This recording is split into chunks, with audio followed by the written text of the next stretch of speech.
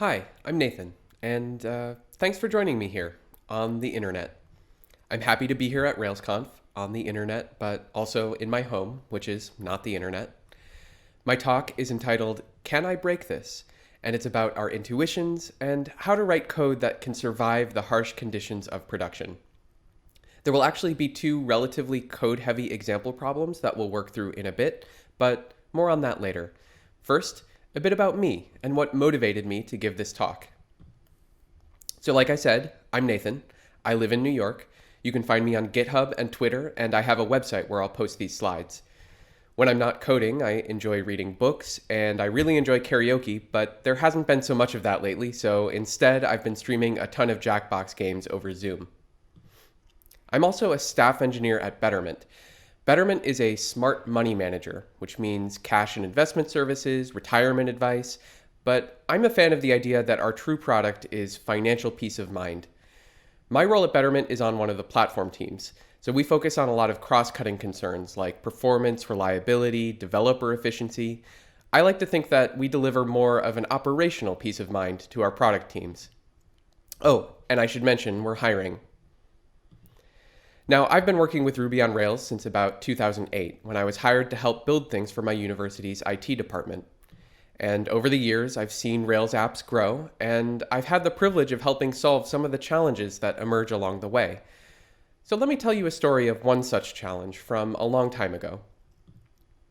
Many years and several jobs ago, I was working at a growing B2B company, probably doing some Monday morning type things like drinking coffee, when an urgent bug report hit my radar. A customer claimed that they had been charged for a subscription 12 times. I checked and yeah, over the weekend, a bit of payment processing code that had been in production for almost a year, out of nowhere, decided to run about 12 times instead of once. I had no idea how this was possible, but there it was. So I spent the next few hours puzzling through layers of payment code. I don't remember most of the details, but essentially something had caused one of our scheduled jobs to get stuck in a retry loop, resulting in a growing sequence of credit card charges. Once I figured this out, it was pretty obvious what went wrong, but of course, hindsight is 20/20. Thankfully, the client had a great sense of humor, so we refunded them and we shipped a fix. All was well again. Maybe you've experienced something similar, but I found myself reflecting on this. There was something about this particular error that I couldn't stop thinking about. The question I kept coming back to was, why now? Why did it suddenly fail now and not weeks ago? This one bit of code might have had 365 days to fail, and for the first 364, it didn't. If you're like me, this will make you question your entire codebase. What other potential errors might be lying in wait, scattered throughout years of features? Now, when I set out to build Rails applications in 2008, I'd have been overjoyed if I could even get it functioning the way I imagined. In my world, all of the code underneath either worked or it didn't. If it didn't work, we fixed it and then it worked. We shipped it, mission accomplished. But as I'm sure many of you know very well, that's not how the world works. As I became more responsible for the uptime of apps, I realized that the degree to which an application either works or doesn't is more of a sliding scale, and it changes over time. Here's what I mean. If I were to take an application and just look at all the top errors on the bug tracker, sorted by recency, I might get kind of an ever-changing list. And the issues that appear at the top tend to be the most frequent, and they'll keep coming back. So if we were to graph that, just the first couple pages of issues and the number of times they've occurred, we might produce a bar chart that looks something like this. For many years, I focused entirely on the left. These are the issues at the top of the bug tracker. They make themselves known and with enough frequency that I'd notice them and I'd fix them. So what about everything else? These are the less frequent errors. I mean, I'd see them, but then they'd go away for a while. They'd drop off the list and it was hard to prioritize them. But some of them are like that payment processing error. They're real errors, but they maybe only happen once or twice, and even then not right away. But they add up to a lot of potential Monday morning headaches. Now, if you sort of stand back and squint, you can kind of see a curve to this graph. Like, not to get super mathy, but I started thinking about how different types of errors might fall along a kind of distribution curve. And I was very interested in the outliers. This was an important realization. I was realizing that errors are probabilities. Of course, some are more likely to occur than others. Some might have a 100% chance of occurring. But the bugs that we don't see right away, the ones that lie in wait, they might only happen 1 in 1,000 times, 1 in a million. Does that mean we shouldn't worry about them? Or should we invest more in finding them? Well, probabilities are just math, right? And I'm definitely not a mathematician, so to answer those questions, maybe we need to consult a mathematician. A couple years after that payment snafu, I was reading a book while on vacation, How Not to Be Wrong, The Power of Mathematical Thinking. It's a great book, by the way, despite its title, and I would definitely recommend it. But that day on the beach, one line in particular jumped out at me. Improbable things happen a lot. Now, when I read this, I thought about how this could apply to the errors on my bug tracker. Improbable errors happen a lot. Like, something about this felt very real to me, and it echoed something that had kind of been gnawing at me, which is that my instincts about bugs and errors were often wrong. Application development is, as it turns out, highly probabilistic, but I had no idea how to think in terms of probabilities. And I'm not alone. The human brain is not very good at thinking in terms of probabilities, so much so that there are entire popular science books on how wrong our intuitions are. When it comes to things that are random and infrequent and highly probabilistic, we're just really bad at predicting what's going to happen next, and we're bad at calculating risk in those scenarios. Yet, when writing code, we rely on those intuitions every day. So much of our jobs involve staring at branching functions and making design decisions and going with our intuitions about how these things are going to behave in production. Now, I know that as an industry, we already know this. This is why we build confidence with tests and automation.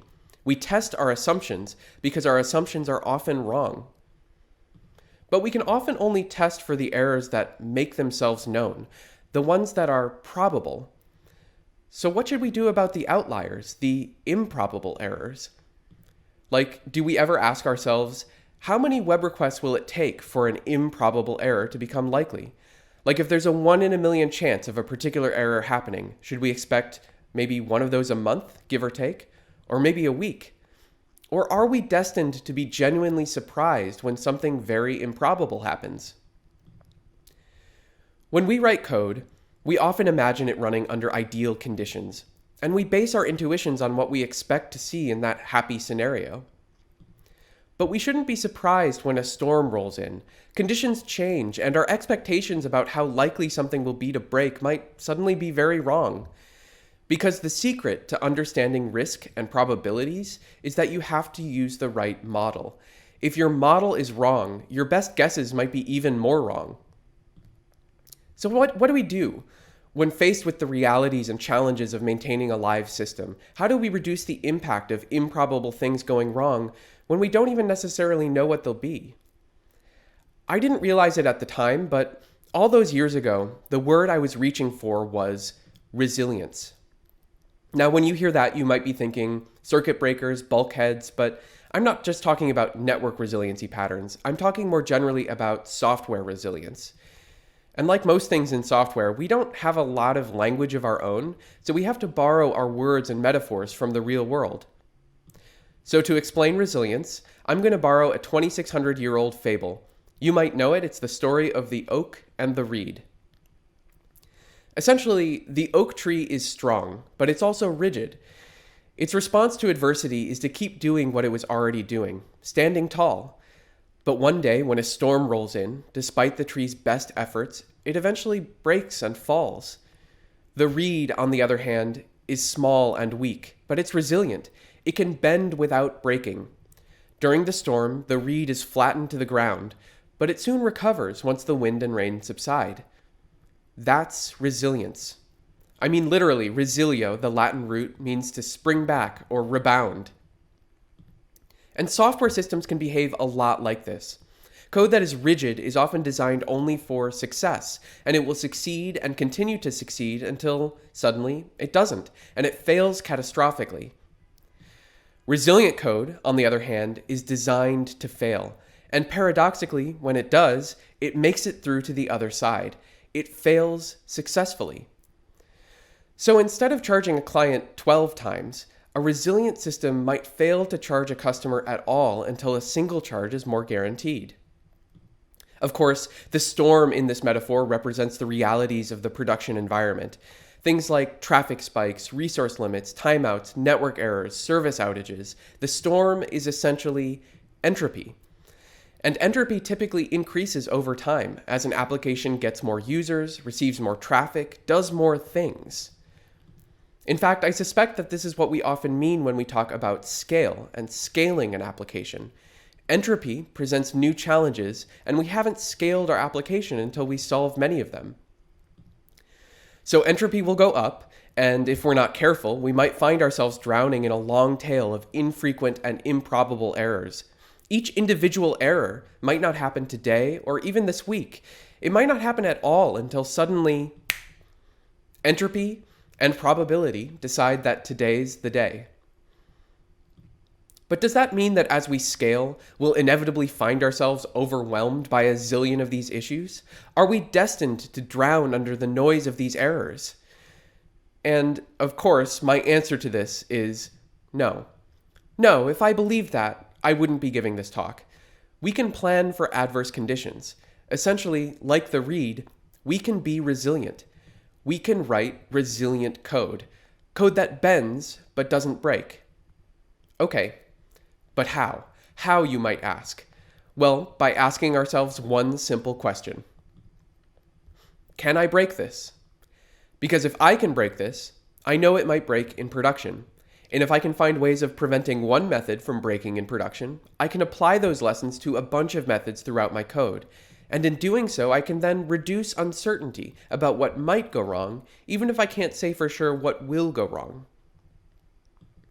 So let's practice this. Let's apply some resilience to some real-looking code. I've prepared 2 practice problems that have a few resilience concerns baked in, and the rules are simple. We'll be focusing on persistence operations. So the kinds of things that do updates, insertions, deletions, they persist changes. I'm assuming that your app is primarily backed by a SQL data store like Postgres or MySQL. In that environment, persistence operations are generally the operations around which we base our resilience. And this persistence code could live anywhere, in controllers, model callbacks, maybe a rake task. But for simplicity, my examples are based around controllers. One last thing. If this were a live talk, I'd ask you to raise your hand if I'm talking too fast to remind me to slow down. But since I can't do that here, feel free to pause at any point, especially if you want to work through a problem on your own. The solutions I reach for might not be the ones that you would use, and that's okay. I hope to demonstrate a process that anyone can use. So we're going to follow that process in 4 steps. Step 1, extract the whole persistence operation all into one place. I like to put it in a method called save. The goal is to consolidate and isolate it into one list of steps that you can then read procedurally. Then we'll ask ourselves, can I break this? Knowing what I know and anticipating entropy and chance, what are the ways that this operation could theoretically fail? Then we refactor to add resilience. We won't be able to prevent failures, but we can control their impact on our code. Essentially, we can be the read. And then we repeat until we're at least a bit more confident that we're guarding against the riskiest of outcomes. So let's begin. Now, I'm about to show you some code, but don't worry about trying to read it. We'll be stepping through it together. Problem A, the account transfer. Also, don't worry about looking for bugs just yet. All we want to do is understand what's happening and then isolate the parts that involve persistence. Now, we've probably all encountered an action like this in our code. There's a lot going on. So let's observe. At a high level, this is a transfers controller designed to transfer money between 2 accounts. Our inputs are the accounts and an amount, and all we do is assign the new balances and then save them to the accounts. If that works, we send a couple emails, and then we redirect to the next step or re-render the form if something doesn't work. But everything in the middle there, that's the persistence operation. So let's extract that. Here's that exact same controller, but with the persistence code abstracted away. We've created an entirely new concept called a transfer, and we've defined a save method on it. This save method encapsulates the parts of the persistence that we care about. And this is what that transfer class looks like. I'm using the active model framework for convenience, but how you build this is entirely up to you. The important part is that you define that save method, and then ask yourself, can I break this? So here's our save method. It's a little simpler to read now. We essentially have 3 steps. We assign balances, then we save the accounts, and then if that works, we send the emails. And then we return true or false at the end.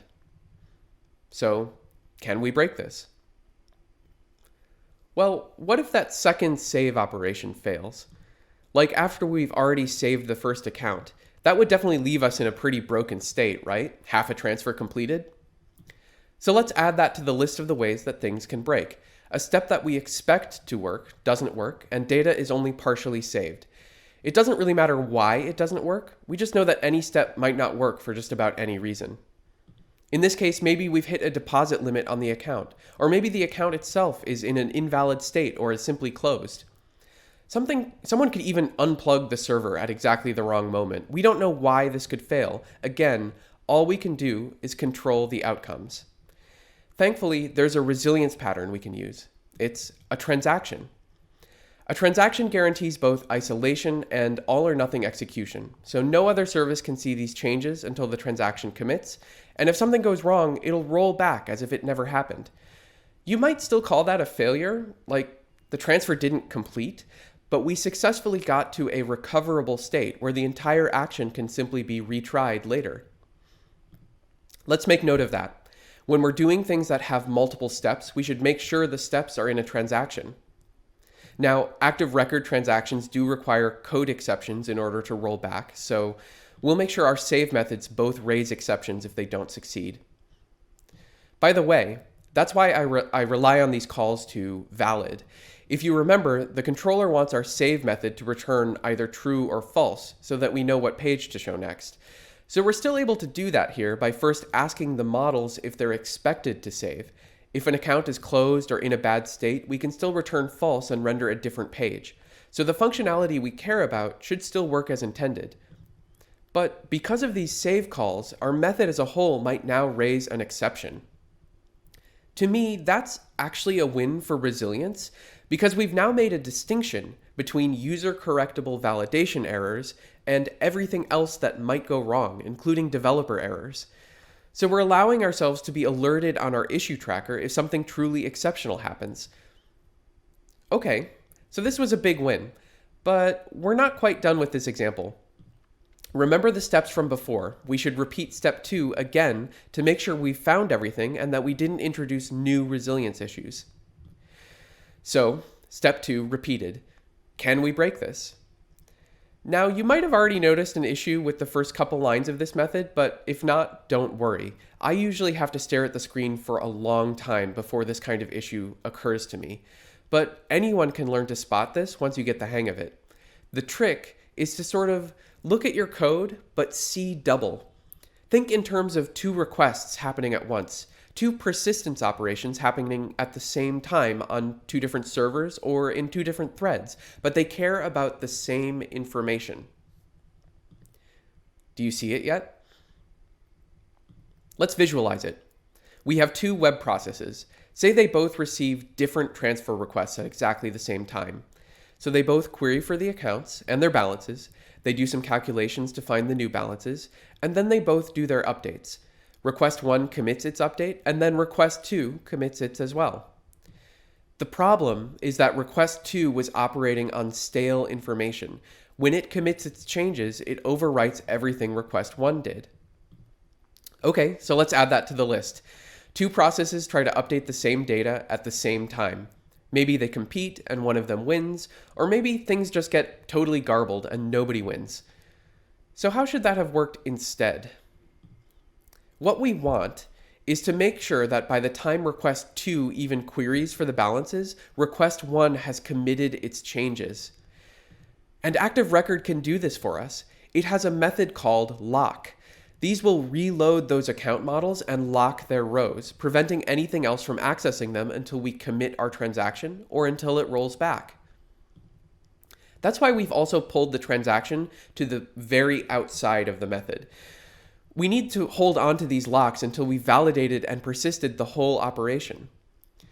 Now, when we calculate our balances and save the records, we can be confident that we're the only ones with access to them. So once again, let's add that to our list. The way to prevent concurrency issues is to prevent concurrent access with a lock. There are other forms of locks too. Rails has something called optimistic locking, and many databases can also provide advisory locks. All of these essentially prevent concurrent access in different ways, and that's the goal. Now, I know that some of you might already know about locks and transactions, but I don't know. I kind of have to remind myself to think of them, to think in terms of resilience and not functionality. And you can build a lot of seemingly functional code without using either of these. So I just want to stress how foundational to resilience these two things are. Also, they're not easy to use. There's another resilience issue in our code, and by pulling that transaction all the way to the outside, we've potentially made it worse. Let me show you what I mean by repeating the process a third time. So can we break this? Well, when we open an active record transaction, we create a special block of code that lives between the begin and commit statements of a SQL transaction. So let's highlight that whole section with the color green representing our database. With very few exceptions, any operation to the right of that line must be aware that it's in a transaction. It must be isolated, and it must be capable of rolling back along with the transaction. Since most of these operations use models with the same active record connection, we can mark them with green dots. So these are our transactional operations. To the best of our knowledge, they don't change the outside world, at least not until down at the end. But then we get to these next two lines. So what's going on here? Why aren't these dots green? Well, these are mailers, so they're sending emails, right? Nothing they're doing has anything to do with the database, so they don't know they're part of a transaction. They aren't co-transactional with the rest of our data. And so, before we know whether or not our transaction will ever commit, we've already sent 1 or 2 emails. So let's add that to our list. A transactional persistence operation has side effects outside of the database. Now, you might be thinking, wait a minute, are these mailers really all that important? And look, I didn't start with them because they aren't typically the most interesting part, but that doesn't mean that we're free to just ignore them. A lot of emails are pretty important, plus emails aren't the only outbound messages that our apps send. So we should try to get this pattern down because it'll come up a lot. So what can we do here? Well, for one, we could prevent these from synchronously running in the middle of our web request. Right now, we're connecting to an SMTP server or maybe a mail API. Thankfully, Rails has a built-in way of running background operations. It's the active job framework. But that might still not make this transaction safe. It might not make those dots green. Now, if I were to actually be in a room with all of you, and I were to ask you to raise your hand if you use a Redis-backed active job queue, there's a good chance that I'd see the majority of your arms in the air, just based on number of downloads from Ruby gems. So for the majority of you, active job is not safe to use in a database transaction. It won't make those dots green because your job worker will see the jobs and try to run them before the transaction commits, if it ever does, and there's no guarantee that it will. So if your job queue isn't co-transactional with your primary data store, what do you do? Well, dual writes are a notoriously hard problem with a lot of complex solutions that I won't get into. But one common and very practical practice is to enqueue jobs in an after commit callback, which effectively inlines them directly after the transaction. Like so. But now we're left with the reverse problem. There's no guarantee that these will ever run, even if the transaction commits. We would make the account transfer, but we wouldn't notify anyone. And again, maybe that's okay for some use cases. At the very least, we haven't sent an email that we didn't mean to send based on an operation that never succeeded. But if your code looks like this everywhere, what would it take to detect when you drop a message? Is that something you're monitoring? Again, improbable errors happen all the time, so we should expect these to be dropped. What if I told you that with a little ingenuity, we could for sure make these actions transaction safe, make those dots green? I mean, there are a lot of clever ways of doing this, but what a lot of them boil down to is essentially this. We save a record to the database indicating that we intend to send the email, but we don't actually send it yet. Unfortunately, we're still faced with a problem. We now need some new background process watching the database for these intended emails. This feels complicated. Our primary queue is in its own data store, but we're using a database-backed queue for our transactions and then feeding the jobs into the primary queue. I've heard this referred to as the outbox pattern, but it's not something I've personally really seen in use, probably because it adds a lot of operational complexity in response to the kinds of errors that we often don't notice. But just because we don't notice them doesn't mean they aren't happening. So this decision doesn't feel great. Do we improve resilience but increase operational complexity? Or are we okay with dropping messages on write if it means faster performance? Which of these reduces uncertainty? Which of these will bend and not break under adverse conditions? So consider this my pitch to at least think about using a database-backed queue by default, so that you don't have to invent your own co-transactional semantics in order to be resilient. And maybe you make exceptions for the really high volume stuff, but in optimizing for resilience in most places, it's super convenient to have the guarantee of co-transactional job and queues. Also, whatever you do, don't delete failing jobs by default. As long as those jobs aren't lost, they can always be completed eventually. Again, try to weather the storm without breaking. So let's revisit these mailer calls. With a database-backed active job adapter, we can simply call deliver later, and these dots become green. Will it scale? Well, it'll certainly be resilient to some types of entropy, so by some definitions of scale, I'd argue yes. So let's add that to our list. If a transactional operation has side effects, we can use a database-backed queue or enqueue some form of intent co-transactionally in order to safely unblock the critical path without risking missed or totally invalid messages. And there we have it. The whole transaction is green. We've arrived at a much more resilient version of our original save method. This whole thing will either succeed or it will fail successfully. It's also a lot less likely to break in ways that'll make us scratch our heads in like 6 months or however long it would have taken to produce an error. And yeah, it has more lines of code and it feels more complicated. There are for sure ways of making it more concise and improving clarity, but I'll leave that up to you. So we've already seen that we can improve resilience, and in doing so, we can reduce operational uncertainty. We know this now because in asking ourselves, can I break this? We identified and mitigated real concerns. And so our process worked. Repeating this process will pay off, and it'll get easier over time. Plus, remember those emails that we made transactions safe? We learned a resiliency pattern there, and it's one that we can apply to a lot of things, not just emails. And that brings me to one of my main points about writing resilient systems, which is that a lot of high-value actions tend to have side effects. It would be nice if everything we did could be saved to the database, but in practice, that's not often the case. So many apps talk to APIs, message queues, shared file systems, you name it. And the way that we handle these side effects impacts our resilience as a whole. So we need to plan for them. So let's take a look at one more practice problem that might help hit this point home.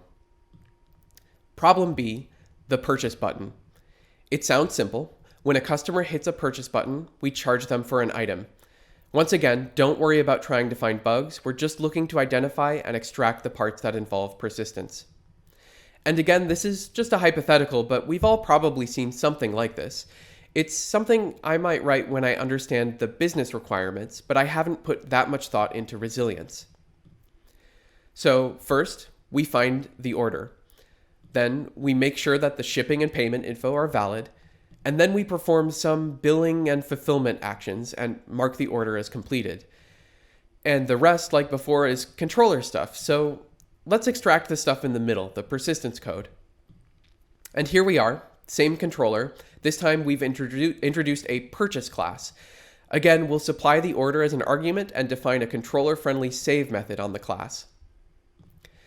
And just so you can see it, purchase is once again super straightforward, and it has a save method. So here's that save method, same as before. Checking validity and then attempting charges and updates. So once again, we ask ourselves, can we break this? Well, let's think about what we already know from the last problem. We know that we want to prevent duplicate purchases, like if somehow the action gets double submitted. So let's do what we did before by adding a transaction and a lock. There we go. A lock that is held in a transaction that wraps the whole operation. One nice thing here is that after we take out the lock on the purchase, we can then check to make sure that it hasn't already been completed. This is kind of important when using locks. Sometimes I add a lock and I'm like, well, this is safe now, right?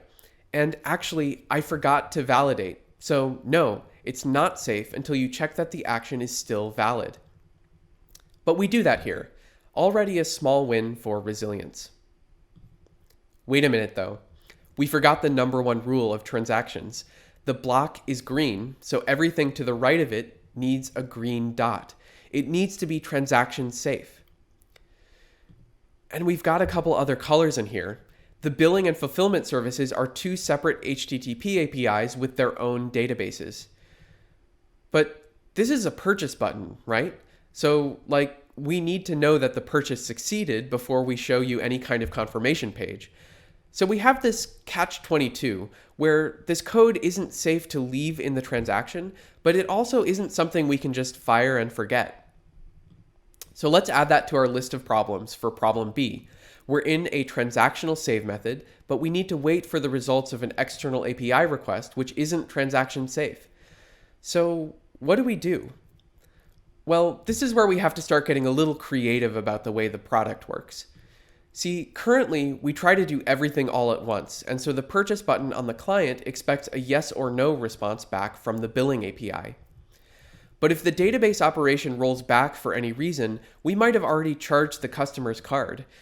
This is yet another dual rights problem, and coordinating dual rights is, again, notoriously tricky, so ideally we'd avoid this. But if we tried to background this work, it would end up looking more complicated, because after our client makes the request, the app would have to say, great, come back in a bit. Meanwhile, a background worker does what it can to make the API request, including retrying if something goes wrong, and eventually the client can ask again, and the application can say, great, we're done. Is this worth it? Well, let's think about what the client sees. One way of building the client experience is to use a spinner, but then the customer is stuck staring at a loading screen. Now, I'm not a designer. My job isn't necessarily to design the user experience, but as a developer, I want to make sure that I can enable a good customer experience, regardless of technical limitations. So instead of a spinner, I would reach for something that explains more clearly what's happening. We should show a confirmation screen indicating that we're on the job. Your action has been submitted, and we'll do what we can to see it through. We can then send a purchase confirmation email once the charge clears, and we can update the order page to indicate that it's on the way. This also helps us better accommodate failure states, which is another layer of resilience. If something fails or takes too long to clear, we can apply the same background process and attempt to cancel the order instead. And when we do that, we also fix our save method. Our transaction is green. Again, the big assumption is that you use a database-backed queue or have some way of enforcing co-transactionality. So there's our next entry. If an external API request is part of the critical path, we can split our persistence operation into steps chained together by a background job. But let's look at that background job. Can we break this? One of the things that we need to know about any background job is that if it fails, it can retry if we want it to, usually with a longer gap in between each retry. And that's what we want here, because we want it to be resilient. We want to give this job at least a few chances to succeed before we mark anything as failed. Also, by the way, most job backends guarantee at least once execution. So there's never a guarantee that our job will run only once. So as written, this job could break because it would charge our customer multiple times, maybe even 12 times. So let's add that to our list. This can break if the external request runs more than once. If it does, we've double billed our customer. It's even trickier than that because we could successfully make a request to the billing service, and then if something fails on the way back, we don't know whether or not the charge succeeded. Thankfully, there's another resilience pattern we can introduce. We want repeatability, or as it's technically known, idempotency. Specifically, we want to use an idempotency key. If we pass a key along with the request, we can retry with the same key later and will be guaranteed the same response as before without duplicating the action. Now, this assumes that the remote service supports this feature. If it doesn't, you might need to get creative, but idempotency might still be possible. If you own the service, great, add idempotency support. And most third-party payment providers support idempotency keys, so you should rely on this, like every time you're charging a customer. So here's our example with the idempotency key. We include it in the arguments of the perform method so that it's the same value every time the job runs. Now, as a result, this job can retry as many times as we want, and neither the billing API nor the fulfillment API will perform their steps multiple times. So there we have it. When we're in a situation where we want something to effectively run exactly once, we can retry it with idempotency until it succeeds, or until we decide to do something else, whatever helps us weather the storm. And with that, we've reached a good stopping point. There's more that we can do, but we've already broken this operation into two much more resilient phases. So what's the takeaway from this payment button problem? Well, my big takeaway is that side effects are a part of persistence. I would go so far as to say that side effects are saves. We might be making API requests or publishing messages or jobs, uploading files, you name it. And even though these kinds of actions are clearly not database operations, they're a form of information persistence. They're persisting a change into the universe. Even email, as a protocol, is a kind of write-only distributed data store. Maybe that's a stretch, but for the sake of resilience, I'll stand by that argument. So if resilience is the goal, we need resilient patterns for performing side effects. And so let's summarize all of the patterns we've learned. We can use a transaction to guarantee atomic execution and isolation. We can then use a lock inside of the transaction to prevent concurrent data access. Then, for side effects outside of the database, we can use a database-backed queue to safely unblock the critical path. For more complicated cases, we can split our persistence operation into steps chained together by background jobs so that we can capture external results asynchronously. We then use an idempotency key and retries to make sure that that asynchronous process is resilient to failure. I'm going to add just one more lesson to this list. We learned that we should let the needs of the customer inform our implementation. In our example, it wasn't simply enough to attempt the entire action behind a loading spinner. We needed to think about how a positive user experience could be backed by resilient patterns. And that's my final point. When it comes to resilience, there is no one-size-fits-all approach. Every decision we make is a trade-off, and our implementation choices directly impact the way the product behaves. Before I go, I just want to mention that so much of the way I approach these problems is a result of the opportunities that I've had to work with and learn from some really awesome people who already put a ton of thought into software resilience before I ever did. It's because of them that I learned to ask that one very important question. Can I break this? Thank you.